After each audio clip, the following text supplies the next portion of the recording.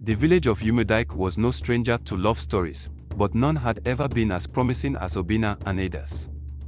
They had grown up together, two souls woven into the same destiny. While other children ran wild through the village, they sat by the riverbank, speaking of dreams far bigger than their small world. Obinna had always been the ambitious one. He spoke of building a legacy, a trade that would make him a man of worth.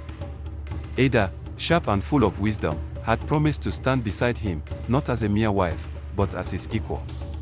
"You will teach me your trade," she had said one evening, their feet buried in the cool river sand. "And I will teach you wisdom, so that your heart never grows faster than your mind."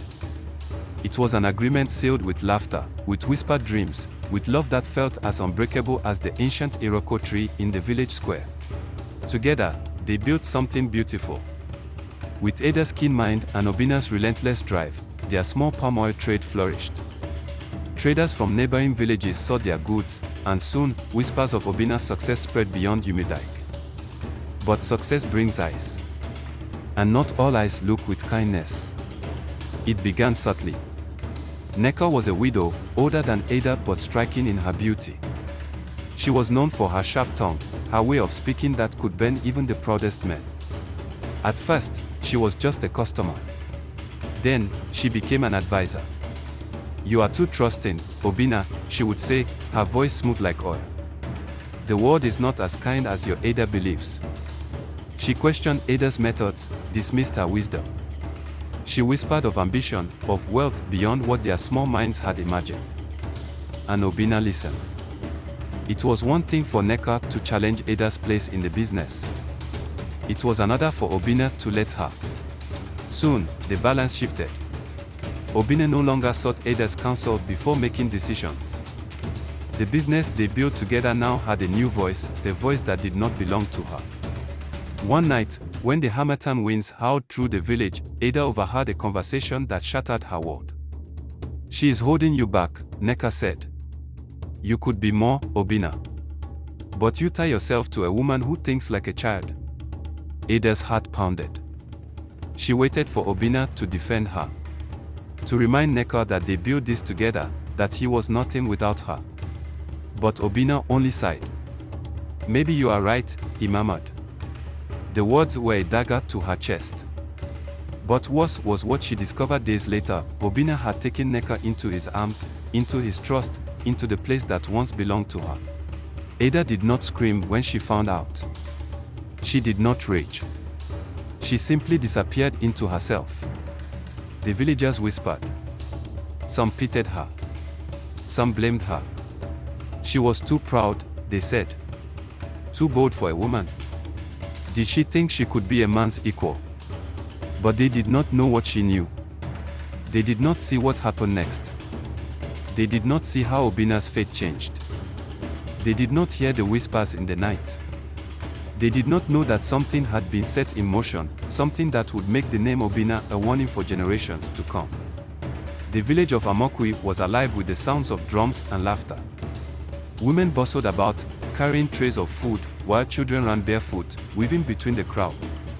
Tonight was a special night, the New Yam Festival, the time for dancing, feasting, and celebrating the gods' blessings.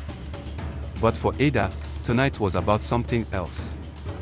Her heart pounded as she scanned the crowd, searching for one face, the only face that had ever mattered. Obinna. She found him near the festival fire, dressed in a fine red wrapper, his chest bare, his skin gleaming under the moonlight. He was laughing, his strong arms wrapped around Nneka, the village beauty. Ada's stomach twisted. He hadn't seen her yet, so she watched in silence, hoping, praying that she was imagining things. Then, in front of the entire village, Obinna leaned down and whispered something into Nneka's ear. She giggled, tilting her face up to meet his. And then, he kissed her. Right there. Right in front of everyone. Right in front of Ada. The world blurred. Ada felt the ground shift beneath her feet. The laughter around her became distant, muffled, like she was underwater. She had spent months believing Obinna was hers, dreaming of the day they would stand before the elders and be joined as husband and wife. But this was a nightmare. Why are you just standing there? a voice whispered behind her. It was her friend, Ezen, gripping her arm tightly. "Are you going to let him do this to you?"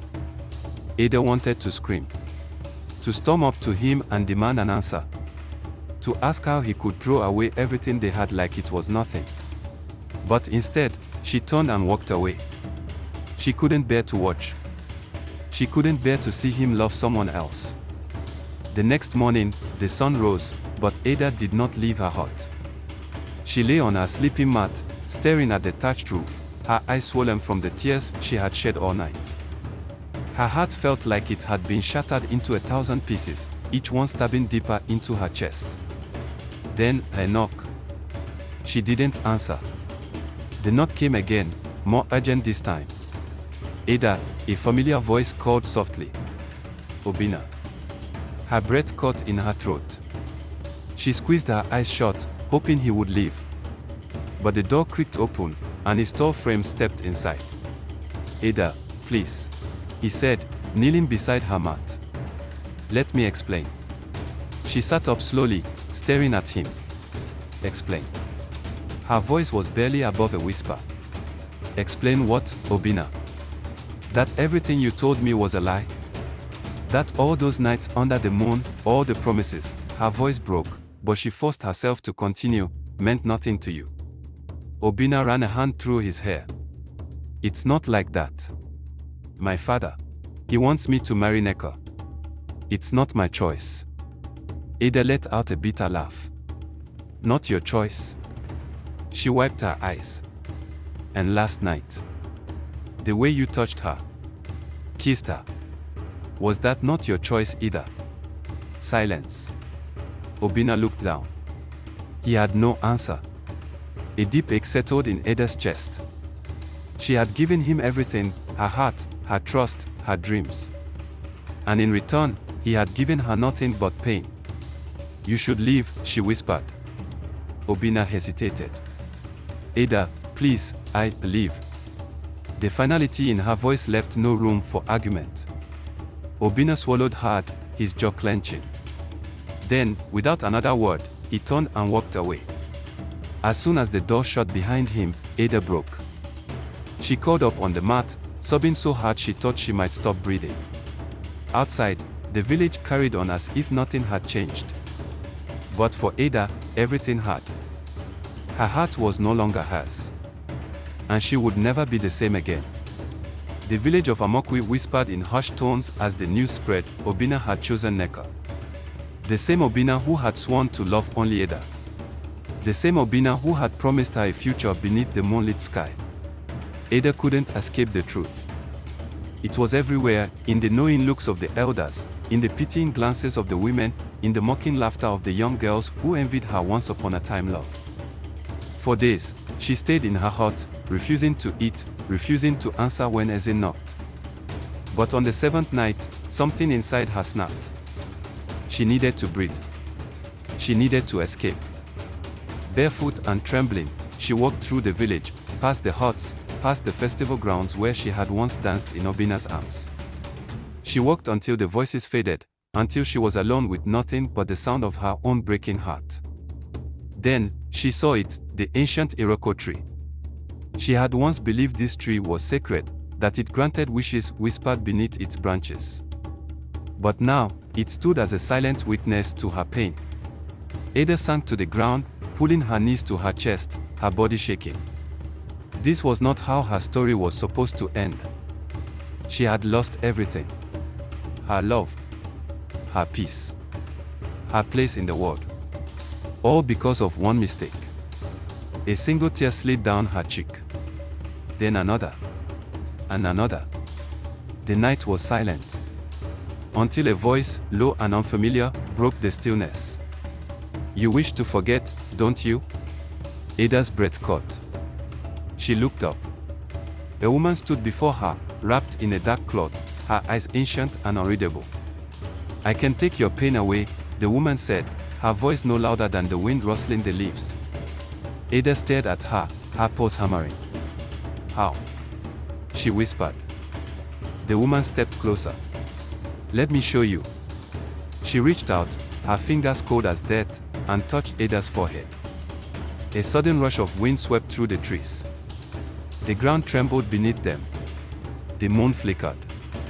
And then, a scream. Not Ada's. Obinna's. It came from the village. Loud.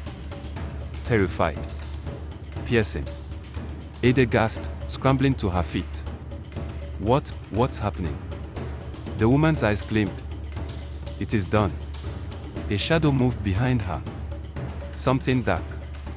Something Ada couldn't name. Another scream tore through the night. Then silence. The village of Amokwi woke to chaos. Obinna was gone.